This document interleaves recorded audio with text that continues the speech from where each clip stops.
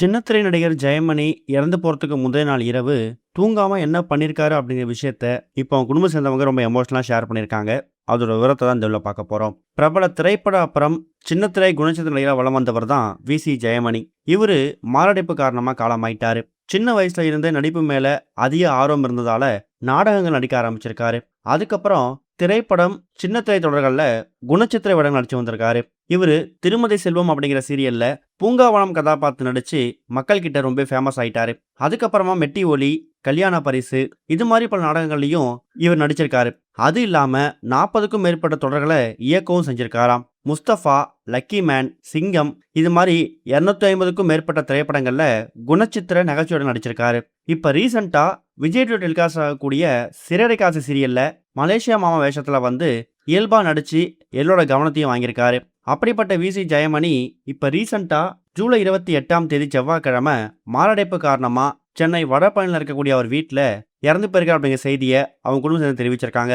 நேத்து அவருடைய இறுதி உறவு நடந்திருக்குது. ஜெயமணியோட மறைவுக்கு எக்கச்சக்கமான சினிமா அப்புறம் சின்னத்திரை பிரபலங்கள் அவங்களோட இரங்கலை பதிவு பண்ண ஆரம்பிச்சிருக்காங்க. இந்த மாதிரி சுச்சுவேஷன்ல வி.சி. ஜெயமணி இறந்து போறதுக்கு முந்தைய நாள் இரவு எப்படி இருந்திருக்காரு, அவருடைய ரொட்டீன் லைஃப் எப்படி இருந்திருக்கு அப்படிங்கிறத அவங்க ஃபேமிலியை சேர்ந்தவங்க ரொம்ப எமோஷனலாக ஷேர் பண்ணியிருக்காங்க. ஜூலை 28ஆம் தேதி செவ்வாய்க்கிழமை சாயந்தரம் ஒரு 6-7 மணிக்கு மேலே தான் இவருக்கு மாரடைப்பு ஏற்பட்டு இவர் இறந்து போயிருக்காரு.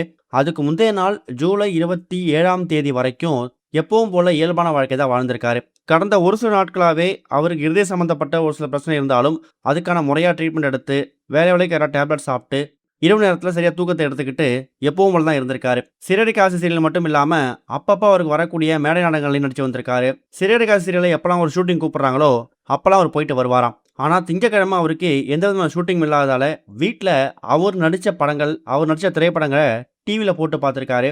குறிப்பா சிறகடிக்க சீரியல்ல வரக்கூடிய மலேசியா மாமா கேரக்டரை பத்தி தான் அவர் அதிகமா பேசிட்டு இருந்திருக்காரு. அது சம்பந்தமான காட்சிகளை டிவியில டெலிகாஸ்ட் பண்ணி யூடியூப்ல அந்த ப்ரோமோலாம் போட்டு பார்த்து வயிறுக்குழுங்க பயங்கரமா சிரிச்சிருக்காரு. அவர் இந்த அளவுக்கு சந்தோஷமா இருந்து பார்த்ததில்ல அப்படிங்கிற மாதிரி தான் அவங்க ஃபேமிலி சேர்ந்தவங்க ரொம்ப எமோஷனலா ஷேர் பண்ணியிருக்காங்க. தனக்கு மறுநாள் என்ன ஆக போகுது அப்படிங்கிற கூட தெரியாம, தான் உயிரோட இருக்க மாட்டோம் அப்படின்னு விஷயம் தெரியாம தான் ஃபேமிலி கூட சந்தோஷமா சிரிச்சு பேசிக்கிட்டு அவர் நடிச்ச அந்த மலேசியா மாமா கதாபாத்திரத்துல வரக்கூடிய மீம்ஸ் அண்ட் ட்ரோல்ஸ், அந்த போஸ்டர்ஸ் இது எல்லாத்தையுமே பார்த்து ஷேர் பண்ணிக்கிட்டோ இல்ல டிவில அந்த கதாபாத்திரத்தை பார்த்து சிரிச்சுக்கிட்டோ தான் அவர் முந்தைய நாள் இரவு இருந்திருக்காரு. இப்ப திடீர்னு இறந்து போன விஷயத்துல இருந்து அவங்க குடும்பத்தை சேர்ந்தவங்க மீண்டு வர முடியல.